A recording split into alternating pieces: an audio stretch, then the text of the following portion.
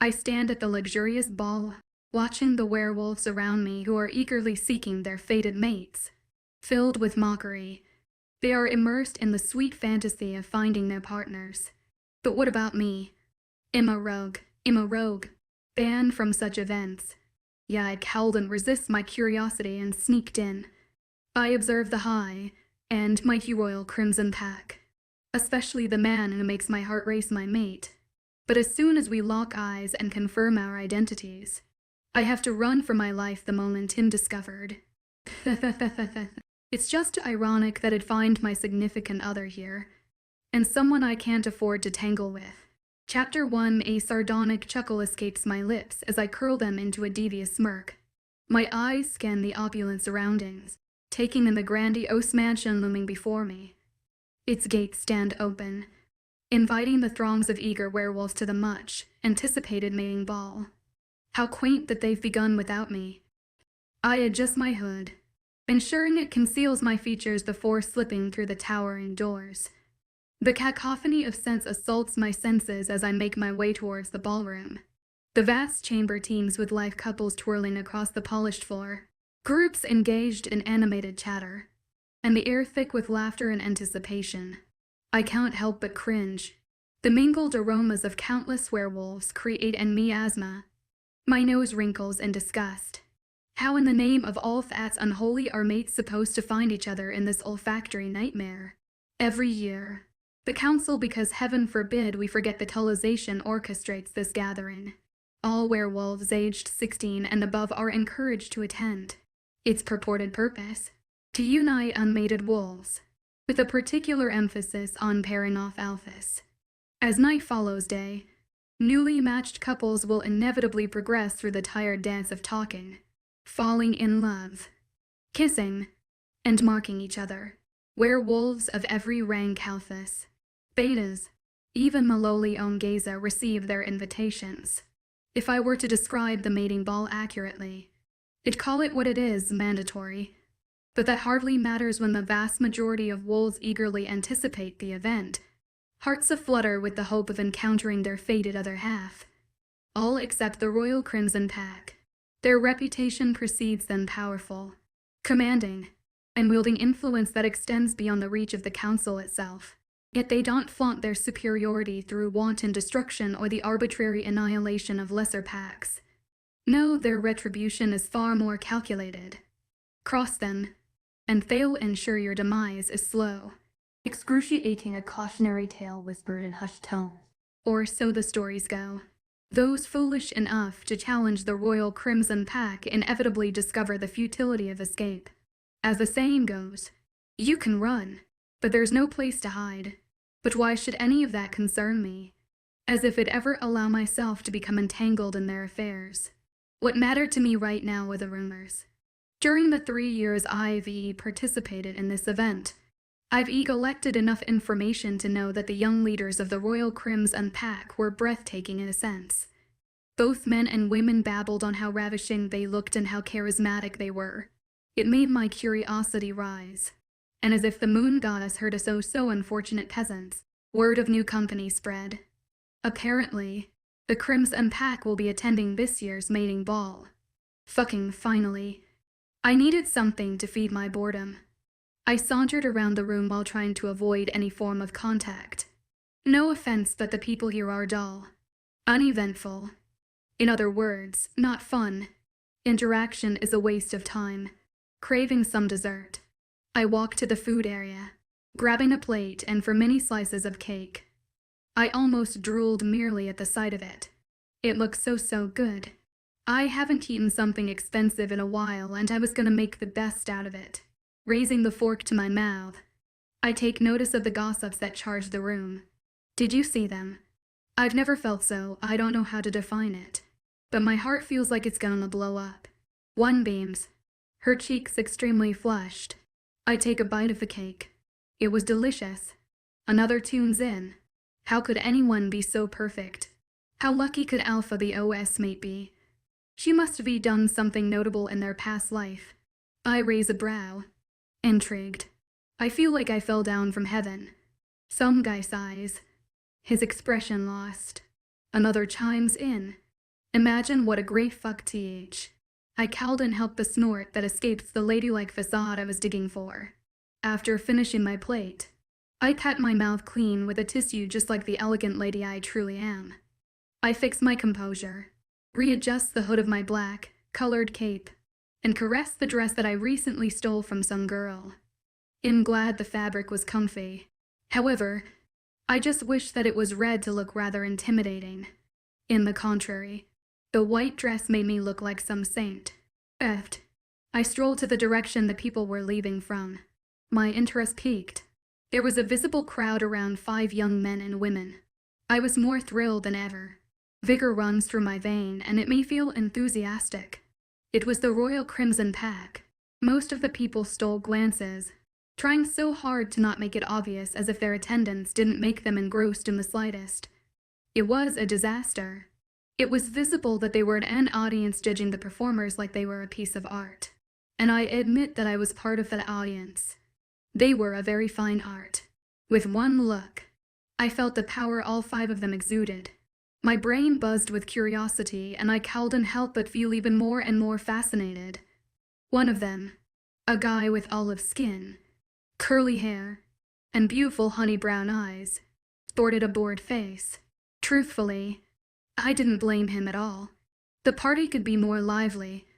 The guy reminded me of someone who could have played the jock in a romantic teenage movie. He just had that bad boy vibes around him. His muscular arms were wrapped around another's waist. I noticed. He looks at her and gives her a loving expression. I couldn't resist the small smile creeping on my face. They were a beautiful couple, and I couldn't ever deny that. The girl lays her head on his shoulder. Her curled, blonde hair cascading in gorgeous waves. Ocean blue eyes graced her pale skin. She looks exactly like an angel and had that girl next door feel around her. My eyes traveled to the person to her right, who owned the same exact features. Twins. The boy had straight blonde hair that reaches his ear and the same ocean blue eyes. In contrast, though, he looks like an annoying little devil, a jokester, the life of the party. A troublemaker, you could say. Look who's talking. It was like I was any different. His lips were downcast and his eyes were frantic. After a while, I concluded that he was trying to calm down his mate, which was working very well. The girl had fair skin with a bright glow. Her dark hair was tied up in a high ponytail. Her bangs swept to the side. She looked gentle except for the fact that her brows were furrowed and her expression displeased as she glared at her mate. He stuck his tongue out. What an odd couple. Next to them was another man, and I would be lying if I said I was drawn to him more than the rest. He somehow felt more intimidating, more fascinating, more spellbinding. The gorgeous young man held a devious gaze in his beautiful gray eyes, and his luscious lips were curved in a mischievous smile. He was a gaze that made me feel like he treated this event like a game and we were the chess pieces. His face structure was magnificent, as if carved by the moon goddess herself. I couldn't decide whether I wanted to be his or to be him himself. Why couldn't she make me this pretty? Something about him drew me, and it was irresistible. It pulled at me and was convincing me to get closer. He was the most alluring man I've ever met, and he captured my interest. Something stirred inside me, and I was craving to see him. The need to do anything that involves him consumes me from inside and out. I don't know how long I continued to observe him. And for a fact, I didn't really care. Then I owned a zen. Those captivating gray orbs met mine. Holy motherfucking shit. I wanted to capture this moment and never let it go. My heart rate picks up, beating erratically. My surroundings seemed to fade out, and all I could focus on was the handsome young man. My heart felt like it was going to burst out of my chest any second now. An unfamiliar and unexpected thought intrudes my mind. I tilt my head, scrutinizing him. He did the same. A frown tugs on my lips. He did the same. We were both studying each other, processing the unforeseen notion as we do so. Copycat. I breathed out. The idea had dug itself well into my mind, but it still felt unbelievable. A smile reaches his face and his eyes twinkle with curiosity. His stares bore into me as he eyes me up and down, pride swelling in his chest. He opens his mouth to speak. Pleased to meet you. The Amber. His voice was deep and husky, making my brain feel chaotic and out of control. My heart thrums with ardor and enthusiasm. I shudder unconsciously. The corners of my lips tug upwards and I grin. How interesting. It's a pleasure to meet you. Too, mate. I respond. My words slow and precise. We didn't break eye contact. Not at all. And then there was a yell. Capture her. The crowd parted. Guards run towards my direction. Yikes. Looking back at my mate one last time. I capture his beauty and salute to him. I didn't miss the amused look on his face. Did I forget to mention rogues were prohibited from the mating ball? Haha, oops. I ran. Chapter 2. I don't like how his hair looks. Should I just kill him? I twist and flick the dagger in my hand, realizing that about 20 wolves surrounded me. They all looked equally pissed. Oh man. I chuckle. It's just me. Guys. Normal me. Same beautiful girl. Remember. No response. Taking a steady step back. I continue. CM on y'all. This is the 4th year we've been. Are we not in good terms? How about we go get some drinks? My treat. J. Eric, the chief warrior, gives me an unamused growl and takes a few steps forward. Finally, he speaks. It's you again. You annoying piece of shit. Damn, that kinda hurts. I frown and let out a small. Ouch. This time, it'll catch you. And when I do, it'll make sure you'll live a long time in agony. J. Eric avowed. His eyes flashed with joy and newfound interest. You are so fucking irritating. Do you not know? You infuriate me. I gulp, but flash him a nervous smile. Well, someone's mad. You know as you know. In this situation, you'd expect that the main lead would charge, secure victory, and maybe earn some scratches or even a blow to the head. Then some Prince Charming will save his lovely damsel in distress and even release some tears of sadness. Boo-hoo. Sadly, I'm not so brave and talented. But you know what I was good at? Running. But not before I throw the dagger at J. Eric, aiming at his leg to make sure I'd ought assassinate anyone. Believe it or not, I consider him my close friend despite our mishaps. Hit and run, baby. I flick him off and sprint out before the others could react. The same routine continues for 10 minutes until a familiar tree enters my vision. Gasping for air, I felt for my bow and quiver, holding it to my cheek and cooing it. I little babies. I continue to run. This sure is fun. My compelling mate infiltrates my mind. It annoyed even me. I was irritated by myself for getting so obsessed for someone I barely met. His dark hair, vibrant gray eyes, that chiseled jaw, and oh my, those full, sultry lips that made even me jealous. How could I be so lucky? The simple act of thinking about him made my heart beat erratically. I imagined how his hugs would feel and how his hair would feel in between my fingers. Then, a familiar ugly voice disrupts me from my train of thoughts. She's there. Idiots. Just capture her. I crane my neck to look back. There, a section I dwake me there. In the void space was J. Eric, limping. Dried blood clung to his old and withering skin. I halt my steps to laugh because I just couldn't help it. He gives me a deadly glare and the other warriors stood next to him, puzzled. That made me laugh more. I laughed so much to the point I couldn't breathe. Doubling over, I clutch my stomach and take in big gasps of air.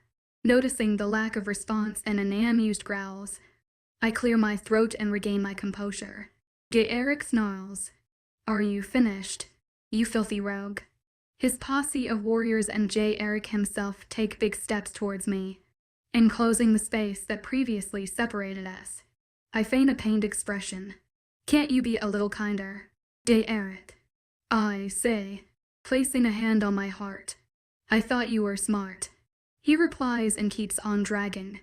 I took this chance and searched around, realizing that I did not have the leverage in this situation. You should know by now that kindness doesn't ever apply to you. And, clearly, shutting up doesn't exist in our dictionary. I snap. I considered attacking, but I had no close-ranged weapon on my hand. I guess I'll have to do another hit and run. He walks towards me, says the one who wouldn't shut up about being companions, mocking me. He adds, "How about we go get some drinks?" My treat. His face was so close to mine I could smell his horrid breath. I kept my breath in and tried to not breathe in his scent. It was enough to kill me, for God's sake. I give him the most intense glare I could muster. He imitates a giggle and continues, "But don't you think your cape's a little outdated?" A scowl threatens to occupy my face, and I proudly put it on full display. Fucker. No one insults my cape. J. Eric only smirks, which swelled my temper. You know what would look nice on you. You in the cellars. Star. Wrapped in chains while you get whipped and choked to— Yeah. I bet you 20 your wife enjoyed that. I smear. His smirk drops, much to my content. His eyes fill up with anger. Do not ever talk about her like that or it'll tear you to pieces. You mutt. Once I capture you and leave you in the Gamma S hands, you better pray you won't receive such a cruel punishment. Eric, I taunt. I assure you nothing that bad could happen judging from your wife's account. He lunges towards me, aiming for my neck. I dodge it and head to the direction I previously planned to run towards. I'm not dumb. I know what I'm capable of and what I'm incapable of. This is how you survive. And like usual, running is my top one solution to the key to surviving by ice printed out. A sigh of relief escapes past my lips. Too bad for me. The relief didn't last any longer. My ears perk. A whoosh shrieks through the silence of the air. I clutch the arrow and squeeze it tightly in my palms as it zooms past my ear. I look back and shout, "Whoever shot that, your aim sucks." I grin, enjoying the lack of boredom. Now this, my people, is what fun is. I twist my head to look forward again. I notice the figure that stood idly in front of me to lay and sidestep as soon as I realized, hoping for the best. A scent enters my nostrils, leaving me entranced. It smelt like nature, an earthy smell like after rain accompanied with lavenders. A wave of calmness washes over me almost immediately and my muscles seem to release its tension. The figure grabs me by the wrists and pulls me towards them. Pleasurable sparks surface on my skin and I can't control the gas that comes out of me. Mate. I raised my head to confirm and was met by the same captivating gaze that I was already starting to love. My breathing hitches and my heart rate speeds up. I open my mouth to say something, but he beats me to it. He moves his gray eyes away from me and travels behind me, his steely gaze eyeing them in a threatening manner. You can leave. It'll be taking care of her from this point on. He commands them in a firm manner. I twist my head to the side and catch a glimpse of J. Eric and his cronies bowing their head in submission before scrambling to escape. Oh, I forgot they existed. My captor, I mean mate, lets go of my wrist and wraps an arm around my waist, pulling me closer. A shiver travels all over my body. Whoa, whoa, whoa, whoa. I breath out. His gorgeous gray orbs lock with my dark brown ones and a tiny smile appears on his face. His eyes swirl with an intention that I can't comprehend. This is interesting. He mutters to himself. That's my line. Last time I checked, your name was on it. Sucks, I retort. Because last time I checked, you don't even know my name. He chuckles, clearly amused. Touch. Mind telling me your name? My love. My heart did a backflip. Before replying, I adjust my hood. A habit of mine. Alexandria. I say under my breath. Alexandria. He repeats with his sultry. Werewolves didn't lie when they insisted that the mate bond was strong. It took all the energy in me to not wrap my arms around him and hug the shit out of him even though I just met him. Although, in some way, the mate bond had me frightened. I barely met him yet the simple act of my mate calling my name sent shivers down my spine. He made me feel emotions I rarely felt. I couldn't help but think what we would be like in years. That is, if we do decide to keep each other. I cock my head to the side, urging him to answer me. When he didn't get the message, I ask, "Your name?" "Call me Theo." "Theo, devil witch, Theo. Theo, Theo." I opened my mouth to reply, but was disrupted by another voice. "Theo." A guy's voice shouts from behind the trees. Soon, for individuals come to light. It was the same companions that came with him to the ball. I also noted that their expressions were filled with irritation, and I had a feeling it had something to do with me. Oh, Ethel Witch, oh, some Owen's getting in trouble. I snicker at the thought. The OS eyes snaps to me, his lips still curved into a smirk. "What's so funny?" "Alexandria." "Nothing," I say in an attempt to suppress my short outbreak. His friends glanced at him, then to me. They remained silent and indifferent for what seemed like forever. I shift my weight from one foot to another, not liking the stares that landed on me repeatedly. Suddenly, the guy with curly hair and brown eyes takes a step forward. An expression of pure disgust overcomes all emotion on his face. It made me want to punch him in the face. Suddenly, he wasn't so attractive anymore. "Who is she?" He seethes. Should I be offended? Theo grins and replies, "She's my mate." "Giovanni." I raise a brow, perplexed at how he was amused by his friend's reaction. The guy, Giovanni, runs a hand through his hair, as if he just heard the most stressful thing ever. I scoff in disbelief. He turns to his mate, who rubs his arm in circles in an attempt to pacify him. Then, I notice their eyes turn a brighter color. I suppress a groan when the realization dawns me. I turn to Theo for confirmation. His eyes, too, were a vivid gray. Great! They're talking shit about me behind my back. Pussies. I cross my arms, annoyed at the waiting. 5 decades, 6 years, and 15 weeks later, their private little discussion finally ceased. The Asian girl with the ponytail was the first to speak. "She's a rogue. Theo, it's nice meeting you two." "Bitch." Giovanni's mate, one of the twins, wore a worrisome expression. She looks at me as if I was pitiful, and it almost made me double over in laughter. Me pitiful? Never. Her brows furrow as she comments, "I agree with Gio and Scarlet. It happened once. We can't let it happen again. Let's not take the risk. Please." "Well, fuck you two." Theo doesn't say anything and just stares at them. I could tell how he pretended to think, but his decision was already made and nothing else could change it. Meanwhile, the woman's twin sports a dumb smile on his face. The turmoil between his pack entertained him, and I agreed with him. "Seriously," he snorted, "it's a beta and my dear Celestina scaredy cats." At a boy, Giovanni glares at him. "What about Scarlet?" "Emilio. She's on my side." "Too moron. Gio, you know very well that you'll be dead as meat if I ever talk smack about my mate." He retorts. Emilio's mate grabs him by the shoulders and strikes a blow to his head. KO. He starts to cuff the sleeves of his dress shirt as if instigating a fight. Celestina, I figured, shouts at them to stop like it was the first time it happened. The amusing couple immediately stop arguing and fix their stature. Celestina gazes at Theo for a hot second, and as if noticing my long-lasting silence, she asks, "Is she not gonna talk at all?" Now that she said that, it made me not want to talk more. "Oh please, we don't need cowards in the pack, for Christ's sake." I kiss my middle finger at her and flash it at her. She frowns in response, taken aback. Her mate naturally releases a low growl, despising the disrespect she was given. "I'm really not liking her, Theo," he states, making sure to emphasize every single word.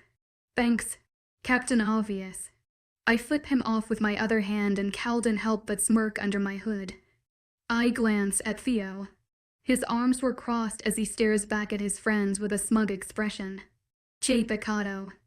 He looks at me, because I'm liking her. Well, duh, I'm your maid is what I wanted to say. However, I didn't want to waste my precious energy on talking. It is merely a weapon that comes in handy when escaping or even to irritate the shit out of someone. I copied the OS actions by crossing my arms and lifting my chin up as if I was mocking them. They gave us in disbelief, refusing to believe that they'd have to tolerate me. I was troubled and so was he. Pairing us up was a risk the moon goddess took. But the world needs a taste of some of its own chaos every once in a while. Chaos is a good thing. It is fundamental. Chapter 3: The yearly mating ball had ended. Groups of friends and new mates gradually left the doors of the mansion. Only the elegant decorations and leftover trash remained to be undone by the workers the day after. I watched as the last warriors who guarded the event closed the gates of the mansion. Now, the only werewolves that lingered were 5 Greek gods and I, the most beautiful of all. "I'm bringing you with me," Theo commands firmly despite the tension that surrounds us. He either lacks the ability to perceive his surroundings or he simply doesn't give a fucking shit. "Okay," I answer shortly, not really knowing what else to say. A part of me still didn't process what was really going on. It just felt too unreal. Still, it was time to put a stop on stealing, running, and decapitating werewolves. Temporarily, of course. I'd ignore the other part of me that prodded my mind and told me I had other reasons for accepting so easily, pulling me out of my thoughts. I hear the guy named Giovanni suppress a humorless laugh. It was a laugh that was making my mind go haywire as I stopped myself from murdering this son of a bitch. Let's not rush and be improper. My friends, we shall ask permission from her alpha on her behalf. He eyes me. "Oh wait, you don't have a pack." The blondie laughs and pats Giovanni on the back. And I thought he was on my side. What a traitor. These people were not only annoying, but the fact that I was the one getting irritated and not them woke up a fire inside of me. "Honey, I'm the only one out to bitch around.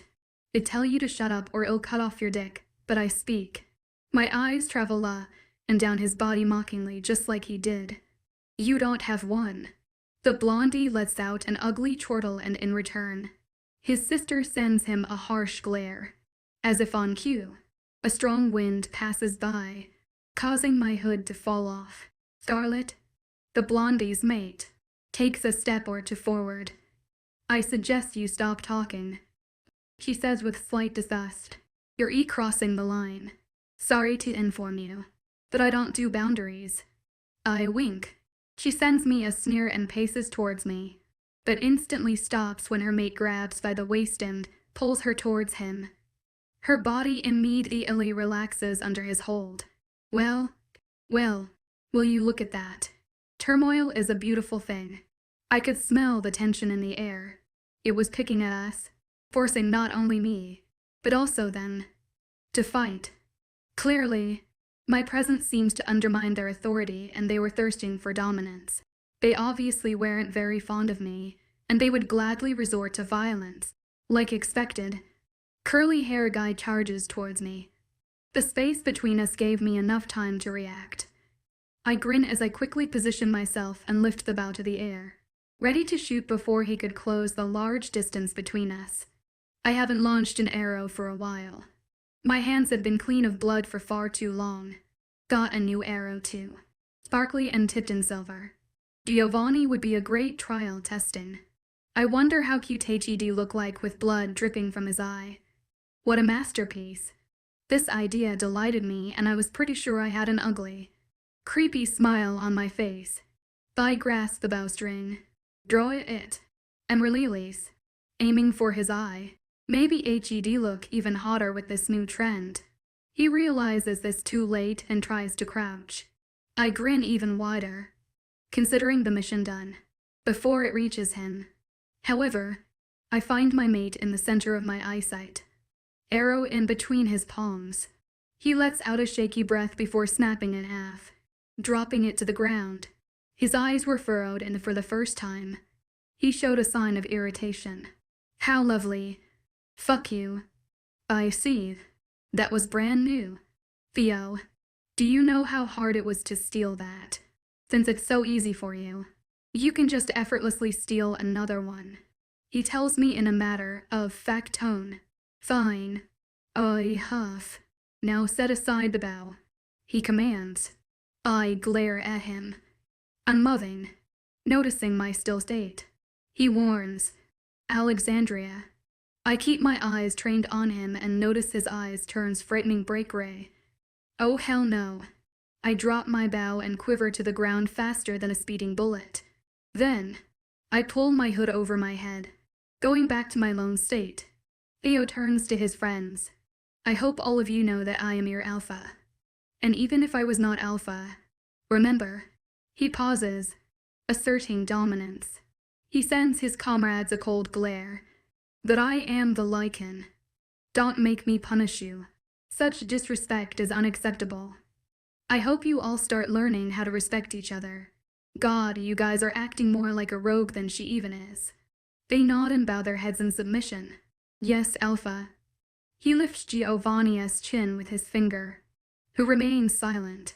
His expression, however, indicated his rage. You are my Gamma. Am I right, Gio? Hesitating to reply, he slowly says, Yes, Alpha. Then act like one. I almost let out a snort. Same goes for the rest of you. Don't make me regret bestowing you such high positions. He adds. Then, he looks at me, his brows and eyes seemingly softening. A mischievous smile dances on his face, making my heart skip. And like it not, Chess coming with us.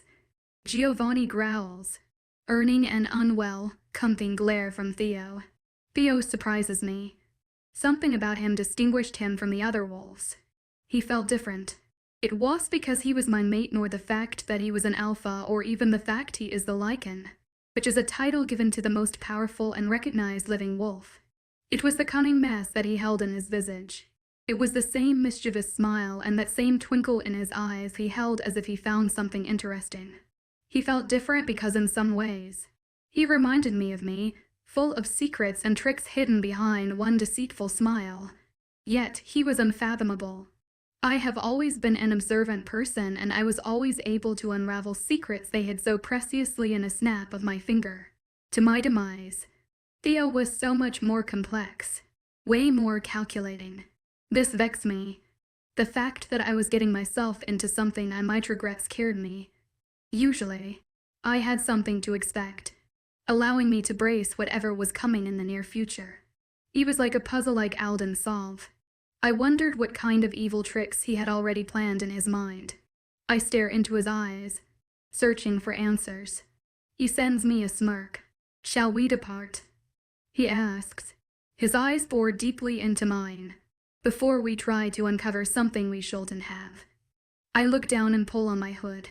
At first, it starts out fun. That was the trouble in trouble. Chapter 4. I tremble as I look down to my hands. The dark red blood painting my fair skin. I didn't do it. I didn't do it. I swear. My eyes flutter open and I release a shaky breath. Getting more and more used to being woken up by such horrific images. You're awake. I hear the OS sultry voice tell me. Just in time. We've reached the pack house. Oh, I reply and unintentionally letting out a dry laugh. I clear my throat and recompose myself, hoping that it didn't sound as bitter as I could make out. He pulls to a stop and eyes me. Yes, I question him. Is something wrong? He questions me dubiously, concern lacing his voice. Oh no. Just a meaningless dream. I ramble. That's not it. He murmurs. However, in less than a fraction of a second, he goes back to an impassive state. I release a breath I didn't know I've been holding. We both exit the car and I follow Theo. Apparently, the others had arrived way earlier. And by others, I'm talking about my for-oh-so-loving friends. Theo had to drive me separately because they refused to be in the same space as me. As I've been saying, they clearly liked me. I got my head to make sure I still had my hood on. My eyes widen and I try to hold in a gasp when I behold the majestic structure. Before me was a stunning Mediterranean-style mansion. Mansion was a small word for what I was seeing with my very own eyes. This was some Beauty and the Beast castle type of shit. The darkness made it even more glamorous as bright. Yellow lights from inside the house shone through the windows. In front of the manor was a large garden, and in the middle of it was a lovely marble fountain. I couldn't help but think of pushing Celestina into it. Something about her made me dislike her the most out of the four. Her good girl appearance pissed me off. She looked too angelic and felt too distrustful for my liking. The OS voice distracts me from my thoughts as he drawls out with a chuckle. Someone's enjoying this. My heart warms up when my eyes land on his face. His chest up and his expression full of pride. I grin and say, just thinking about how much money you'll be making after stealing all the goods and escaping. His lips curl into a smirk, a smug look on his face. What a great time it'll be having chasing and catching you. Love, try me. I don't think that I'll end up too well. He adds before peering at me. Let's make our way inside, shall we? As a response, I simply nod. He unlocks and opens the giant doors and leads me inside. Oh me God. How much money would I be earning? Hell, you'll be earning millions in less than a second. I'm debating whether I should be concerned about your expression or not. Theo comments, I promise I could see dollar signs in your eyes. I'm glad you know me so well already. Theo. He guides me through the hallways and gives me a mini tour for about half an hour. Chandeliers, lamps, and decorations sparkled. Sparkle why? Sparkle why? I resisted the urge to reach for them. The floors were so clean to the point it shined, and I could see my reflection on them. The mansion's interior, I realized, was a classic gold and white. Not too bad. I gaped without shame. I took notice of the gold vase on one of the tables, calling my name and pulling me in. I make a quick mental note to myself. It continues like that, me breaking my neck and jaw while I observed the place high and low in shock.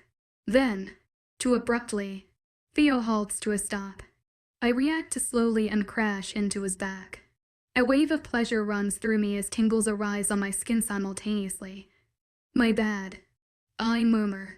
He rushes to my cheeks. He laughs, noticing my dilemma. You're a clumsy one. I see. I lift a brow and huff out. Not my fault you stopped so abruptly. Why do you stop anyways? Every is gone to rest. I figured out we should do. I ask. He rushing to my cheeks once again as my mind travels to the wrong direction. Fortunately, blushing was not my forte unlike other people. The same signature smirk enters his lips. He reaches for a doorknob and pushes the door open. Now, you're mistaken. Alex, don't worry. I won't rush you. You have your room. He nods his head to the right, where another door was lodged. And I have mine. Oh, I reply shortly and rub the back of my neck. I'm open to anything. Though, he adds with a wink. No thank you. I lie as I quickly slip into the bedroom and slam the door shut. A few seconds later, I hear his bedroom door close. I release a sigh, my brain finally recognizing how tired I was. I run and jump to the bed, taking in its comfort. This was heaven. I duck under the covers and hug the pillow, closing my eyes in an attempt to sleep. It was pointless. I couldn't sleep despite my weariness. It continued like that for an hour, me shutting my eyes close, opening them, then staring at the ceiling. The dress was too uncomfortable to sleep in. I considered just stripping completely, but even to me, that felt bare and uncomfortable. Fuck this, I whispered to myself. I throw the covers off of me, and sooner than I realize, I was staring into the door of the OS bedroom. I quickly knock 3 times and twist the door open, not getting a single shit. I was tired and I wanted to return to the relief the bed gave me. My eyes dart all over the room, searching for Theo. There on the bed was Theo, shirtless. Bed sheets cover his lower body. My eyes shamelessly travel up and down his body. I count the ABS on his torso. 1, 2, 2, 3, 4, 5, 6, 7. Ego God. I sure hope I wasn't drooling. I raise my eyes to his face, his eyes drilling into mine. I'll take it you're enjoying what you're seeing. I stutter like an idiot. No, I'm not. I'm just thinking of how much cash I'd be making if I sold you at an auction. Oh, really? He raises his glasses with a finger. I groan to myself, also digging the boyfriend look. Do you need anything, or are you thinking about the other option I gave you? Funny. I let out a fake laugh. Would you do me a favor and give me clothes I could sleep in? The dress is rather uncomfortable. Anything for you. Princess. Closet to your left. Grab whatever you want. If you want. The bathroom door is the door nearest to you. He pauses and smirks. Unless you want to change right in front of me. Of course. I'm fine. I open the closet, grab a random shirt, and rush to the bathroom. I put on a large black tee, glad that I wore tennis shorts underneath the dress. I throw the satin dress into the trash, knowing I was gonna wear it again. I exit the bathroom and yawn. The exhaustion hit me harder this time, and my eyes were struggling to stay open. Thank you, I tell him as I groggily find my way to the door. Good night, Alexandria. Seeming amused. Good night, Theo, I mutter. Then, I scramble out of his room, hoping that I would not lose this tiredness before I could even reach the bed. I wanted a taste of some good sleep I haven't had in a while. When I reached the room, I jumped to the bed and situate myself under the blankets. I close my eyes and fall into a deep, relaxing slumber. Darkness takes over me. Chapter 5. I wake up, feeling more at ease than ever. Now that my brain was working, I noticed the splash of black and white that occupied the room. Hints of dark red aspect the large space. I grinned, enjoying the elegant and lavish interior.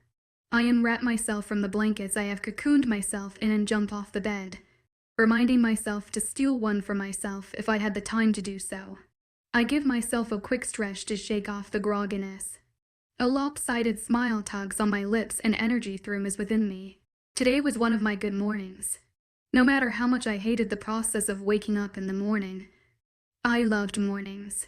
I doted the idea of being able to accomplish something. Nighttime always settled with me feeling regret and failure, the lack of accomplishment eating me away.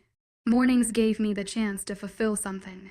I shamelessly open the door of the OS empty room and grab a black hoodie from his closet. Then, I exit the room, inhaling my mate's intoxicating scent. His scent manages to drive me crazy, but it also made me feel serene. This could be those therapy lotions from Bath & Body Works. I searched for any signs of werewolf presence and received none. Great. It was time to steal. I reach out my hand to grab a fully gold carousel music box on the table, but retract them quickly when footsteps reaches my senses. I face the suspect in Virgin Angel-like smile on my face. Or so I thought. I'm gonna choose to ignore what you just tried to do, so you owe me one. The blondie from last night mutters. What was his name? Leo? Emmy. Emily. Emilio. I suggest you take back those last words. I phrase. Don't want a dislocated bone now. Do we? Great. We've got to wicked people under one roof. Werewolf kind is officially over. The moon goddess really let the demons loose. He loudly says under his breath with the intention of letting me hear. Hell's been long empty. Guess where they went? Here apparently. Lovely. Emilio runs his hand through his soft, shiny hair. Every onus out training. If you're wondering. I nod and keep my hands clasped behind my back. I was itching to steal and I did my best to hold myself back. Thanks.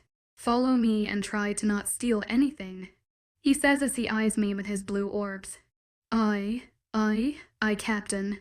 For the rest of the journey, I follow in silence. My social battery was already dying and the day has barely even started. Great. I use the silence as an opportunity to observe. I notice Emilio take larger and faster strides as seconds pass by, eager to end the awkward atmosphere that clouded the both of us. He refused to look back where I was, as if scared that I'd catch him staring. Still, when I moved to his side as we paced down the stairs, His eyes wandered to me, inspecting me. A WWIVE caught someone's interest. Soon, Emilio leads me outside the house. The brightness of the sun hit me like a motherfucking train. Immediately, I raise the hood to cover my hair and I use my free hand to block the shining orb from my sensitive eyes. Finally, he speaks. There's training grounds inside and outside the residence, for the majority of the time. However, we train outside mostly under the OS watch. He claims that he fancies seeing us suffer under the sun's heat. Awesome. I huff. I hear the faint sound of the OS voice and pick up my pace unintentionally. Stupid mate bond. Sooner than later, we finally reach the training grounds. Emilio halts before looking at me. He'll take it you won't be needing me anymore. I mutter a short statement of gratitude as he walks away from me. I couldn't help but think that if it wasn't for him, my pockets could have been full to the point it drops to the floor. My eyes wander over the clearing filled with sweaty, drained werewolves. They were divided into 3 groups. I notice. The first one was a group of children and teens. They appeared to supervised by my beautiful friend, Scarlet. Her hair was again bunched up in a ponytail. She led the younglings as they ran numerous laps. The second group was ran by the twin, Celestina. They consisted of women mostly. Yes, Gamma. A woman says to her loud enough for me to hear. Cold eel. Celestina nods to her. Go my eyes gaze over shirtless men and women wearing mostly sports bras and leggings. Most of them performed their tasks without a single sweat while others were tired to the brim. Now, where is Theo? I squint my eyes, trying to find his gigantic figure. Furthest from me and everyone else was another group in a tall, muscular giant, which was unmistakably Theo. Eyes follow me as I walk past them and I march toward Theo. The group was consisted of men and a few women. The closer I got, it was noticeable that this group were the strongest of the pack, their top warriors. It was clear they had more muscle, more stamina, and more skill. I could easily determine that they had tougher and stricter training. The OS relaxing scent enters my senses and by the looks of it, mine reaches him too. Good morning. I chirped happily for my liking. It appears that my dear Alexandria is a morning person. I frown and reply, say good morning back. He lifts a brow, amused. Great morning. I thank him to show my satisfaction. I couldn't help but let my eyes travel over the OS shirtless body in a blatant manner for the millionth time. What a blessing. Truly, he was a work of art. He also sported gray sweatpants, and sweatpants were the #1 way to my heart. Something about them just makes any guy 10x more attractive. Okay, maybe not all guys. He crosses his arms, staring at me. I didn't miss the detail as his muscles flexed either. Now show me your back, baby. I clear my throat and meet his scrutinizing gaze. It remained set on me for a couple of seconds when he suddenly beams at me as if an idea sparked in his mind. What the fuck? I see you've got your workout clothes on. My love. He tells me. His eyes twinkle with mischief. Care to join us? Oh no, no, no. His men stop their movements to look at us, baffled that a stranger was joining a group of strong warriors like them. I snap my head at them with an icy glare and they proceed to their actions. Theo, the whole wit. I believe him still a bit exhausted and emotionally drained from last night's incidents. I fake a laugh. Now that I also think about it, I'm more of a night person. I'd better go back and rest. You know what they say, morning workouts will keep you active for the rest of the day. He adds, mirroring the fake smile I plastered on my face. Good morning, sunshine. It's time to train. On a second thought, I actually feel really active. I don't think you'll be needing this training. I argue. Good. Now that you're active, I assure you training will be easy work. I drop my smile and give him a resolute no. To my absolute luck, a rumble emits from my stomach. It wasn't until now that I noticed how hungry I actually was. Oh my fucking god. This is embarrassing. I'll have my people prepare you a meal if you agree to train with me. I'm the one supervising, so I'll make sure you get special treatment. he adds, using my hunger to his advantage. I think then reply, deal. A home-cooked meal was something I definitely yearned for. Only if you cook for me. I murmur. Anything for you. He answers with an enlivened expression. He turns his body away from me and towards his worn-out pack members. His cloudy orbs brighten as if the notion of beating me up to the pulp excited him. His men immediately ceased their actions and directed their forms towards Theo, bowing ever so slightly. As you've all noticed, a new member, his eyes moved to me, has joined the pack. She has requested to join us in our training. You all know the drill, and I remind that you must all be respectful. If I hear anything discordant in any way or form, you know what happens, requested my ass. Yes, Alpha. They respond. They wait for his instruction, their feet planted to the ground. Proceed to your partners, Theo says as he grins at me. Oh fuck no. This was not the special treatment I asked for. Chapter 6 I lost. And lost. Again and again. You're weak, Theo tells me nonchalantly. I huff and bring myself up. Geez. Thanks. It doesn't hurt to be nicer. You know. The truth hurts. Alexandria, wow. I really appreciate the effort. I mock. He returns to a fighting stance, signaling that he was ready to combat once again. I was tired. Beyond tired. This man's punches and kicks hurt like a bitch. He also refused to spare me any mercy for my very, very special status. If I may, the frustration from getting defeated over and over also strikes a nerve in me. My competitive side was growing tired of having to lose over and over again. I swing my hands up dramatically. I give up. Theo raises a brow. I glare at him. Didn't hear me. I said I'm done. I'm done. No, you're not. He tells me firmly. Too bad. I sneer and start walking away. See you, Z, I never asked. I don't care. You're coming back here and that's final. I halt. I don't like one-on-one combat. I despise it. It's so fucking boring and difficult. Theo raises a brow, an irritating yet charming smirk on his face. Oh yeah, then if you must, inform me what fun is to you. Stealth. Assassination. Killing someone from far away. I find pleasure seeing a pack of wolves search for me frantically. I glanced at Theo, expecting a disgusted expression. Instead, he listened to me with curiosity. His growing interest that never seems to stop made me want to pull my hair out. Imagine being one of those wolves expecting to be home by the next 2 days only to end up 6 feet under with little leg room. How enjoyable, he says sarcastically. Your presence and choice of words pleases me. Really? Glad to know I'm able to please you. I blurt out. That sounded way cleaner in my mind. Okay. Maybe not, and that will well be seen about that. Won't we? He says to me. An amused smile tugs on the corners of his lips. I look down, attempting to cover my non-existent blush. In response, Theo chuckles.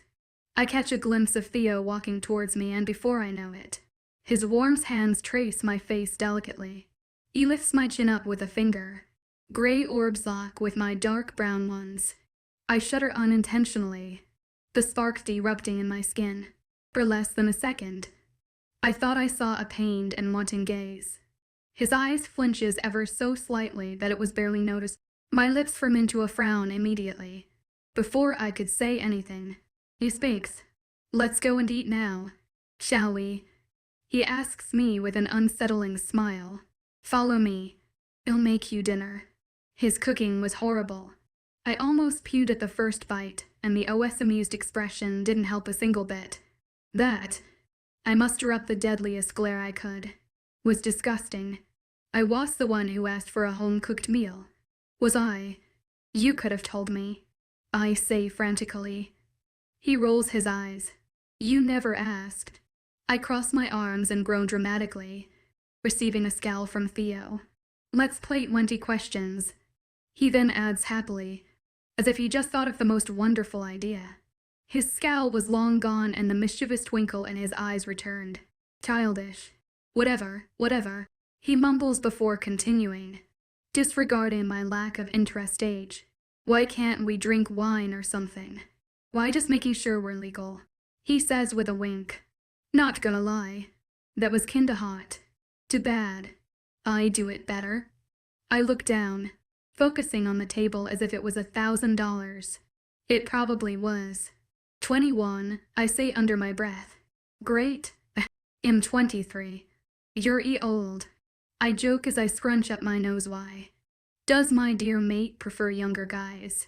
He stares at me with doe-like eyes as he leans on the palm of his hand. So cute.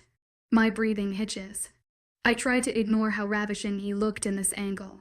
My eyes travel unintentionally to his luscious lips and I quickly look away, hoping that he didn't spot that. His lips curl into a smile. He did notice. Flustered, I clear my throat. As a matter of fact, yes. Yes, I do. They are so much more tender-hearted. I lie. He growls lowly. At least I can tell the difference between your and your. Whatever. I say with a roll of my eyes and moved on to a new topic. Favorite color. Mine's blue and red. Black and red. Theo pauses, trying to think of a question. His eyes brightens with curiosity once again. Weapon of preference. Now I like how this is going. Strength was something I extremely lacked in, but my agility and precision made up for it. I was destined to be a thief right when I was born out of my mother's womb. I clap my hands, unable to control my excitement. Daggers and bows. Anything that requires long-distance precision. I wish I had a gun, but the council banned them. The council has forbidden the use of guns in Werewolf land, fearing that more developed packs would gain an advantage over more traditional and less developed packs. But was't that the point? Theo lifts a brow and thinks before replying. Interesting. Tell me more. Do you know how many people report me for hacking whenever I play games? Like it's not my fault I'm decent and you're not. I tell him, exasperated by the memory. He releases a soft, precious laugh. It was a melody I suddenly wished I could listen to every day. Tell me more. He prods. This wasn't a game of 20 questions anymore.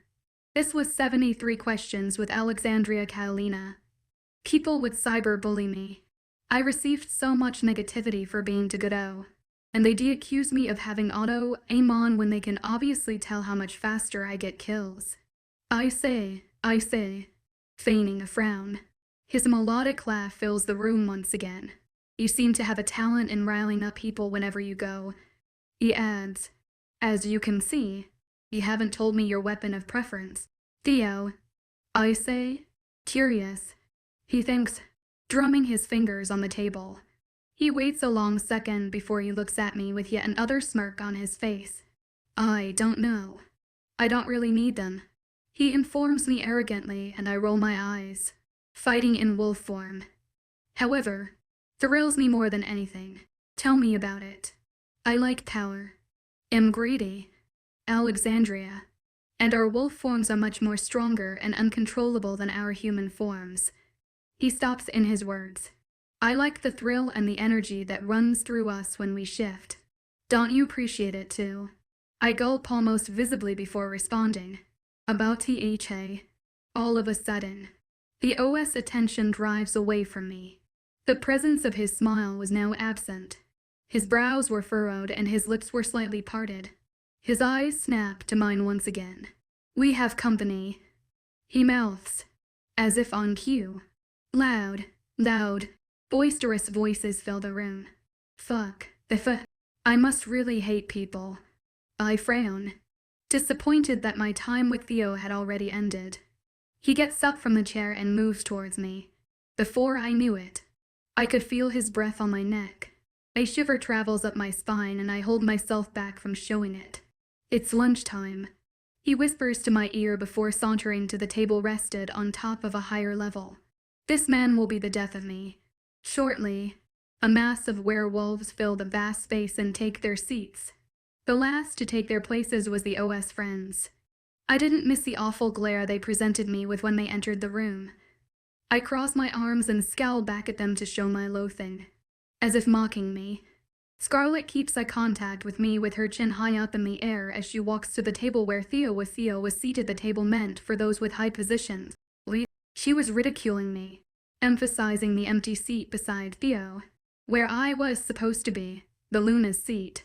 I ignore the slight take in the very bottom of my heart and bite back a growl. I really didn't know where I was going with this. I was just swimming along the tide. The 4 pairs of eyes boring into me didn't help at all. I release a sigh of relief as a servant places a plate full of food in front of me. I didn't know what it was, but it looked delicious. I pick up the fork, ready to eat. Instantaneously, the doors of the dining room burst open, disrupting my peaceful meal.